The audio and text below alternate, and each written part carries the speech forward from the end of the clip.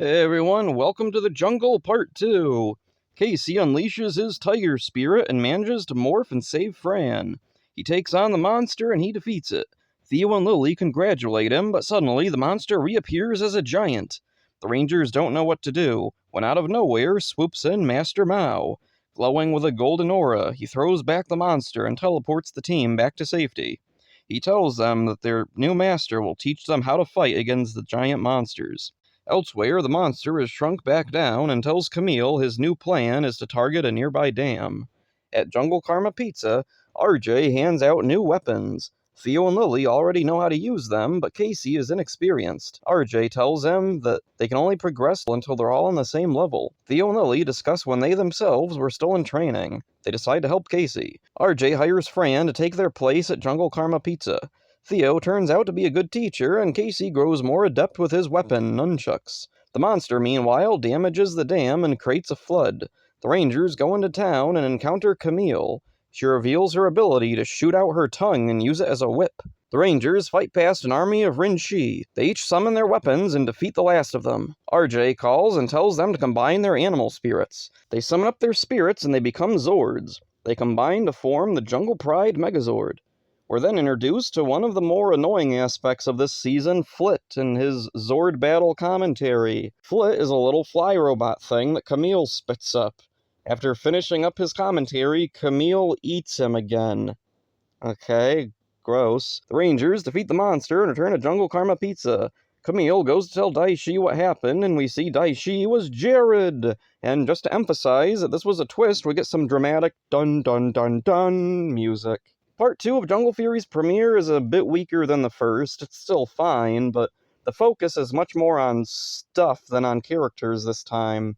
The Rangers get their weapons, though only Casey really needs training with them. He learns almost immediately, and then we get the Zords, but not just the individual Zords, we get the combined Megazord. I think at least the Megazord should have been held off on for now. Personally, I think the whole episode should have been Casey and Theo training with the nunchucks. The big thing at the end should have been a combined blaster weapon. It would have fit so much better. Master Mao pops in, but can't stick around. He's got important ghost work to do, or something. Fran gets hired on to the pizza place, and I'm suddenly wondering how RJ kept the place running by himself before Casey, Lily, and Theo arrived. Does he have other employees? Fran is likable enough. We don't know too much about her yet. She's introverted and likes to read. Will RJ let her in on the Rangers' secret? I could see her potentially being an alpha-esque assistant. Camille and the Rangers have some funny banter. Lily remarks, she's a chameleon yet chooses to look like that. Interestingly, Camille's Sentai counterpart does have a far better look and actually resembles her monster form. I'm not sure why over here they decided her human and monster forms would have zero resemblance. Flit makes his debut. Ugh.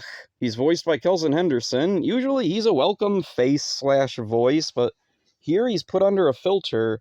I'm not a fan of how his voice sounds here. It doesn't help that Flit doesn't serve any relevant purpose. On top of that, he's straight out of an Ekka's Portal Vor fanfic. He lives in Camille's stomach? Doesn't seem particularly concerned about it either. Very weird. I have no idea what anyone was thinking with him. I've always found Daishi's reveal to be unintentionally funny. When I first watched Jungle Fury way back when, I saw his long brown hair and just assumed, yep, that's Jared. I didn't even realize they were going out of their way to hide his face. In the second episode, I felt the same.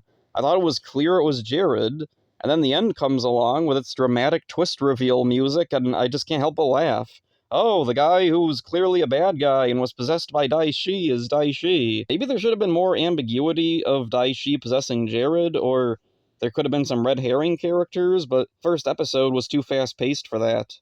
Maybe this should have been revealed at the end of episode 1. I can't imagine even the youngest of viewers were shocked by this reveal. A few other random thoughts. Why a pizza place? Pizza place doesn't feature in Geki Ranger from what I remember, so why here? Is it because of the Ninja Turtles? The individual weapons this episode reminded me of them. Maybe the writers were thinking of Ninja Turtles too. The fan in the base of command, practically, it's probably there because it's attached to the pizza place. But it also reminds me of the large, slow fan blades from Rita and Zed's Moon Palace. Starting a season with only 3 Rangers is a uniquely Disney thing. Ninja Storm and Dino Thunder both started with 3. SPD did also. RPM will also start with only 3 Rangers, red, blue, and yellow. Why these 3 colors specifically? I know it's because Sentai does it, but I'm curious why they retained that over here. The only major cast member I didn't talk about last time was Fran. She was played by Sarah Thompson. She previously voiced Hydrax in SPD and played her human disguise. She'll go on to voice one of the Phantom Beast generals later this season. She's best known for a role on Shortland Street and the children's program The Moe Show, where she plays Fern, a little fairy puppet. She's been involved with The Moe Show since 2014 up till the present. An acceptable follow-up to the premiere, not as good, but far from bad. Hopefully the season has more good than bad. So that's it for this one. Hope you enjoyed it. See ya. Shut your fly trap!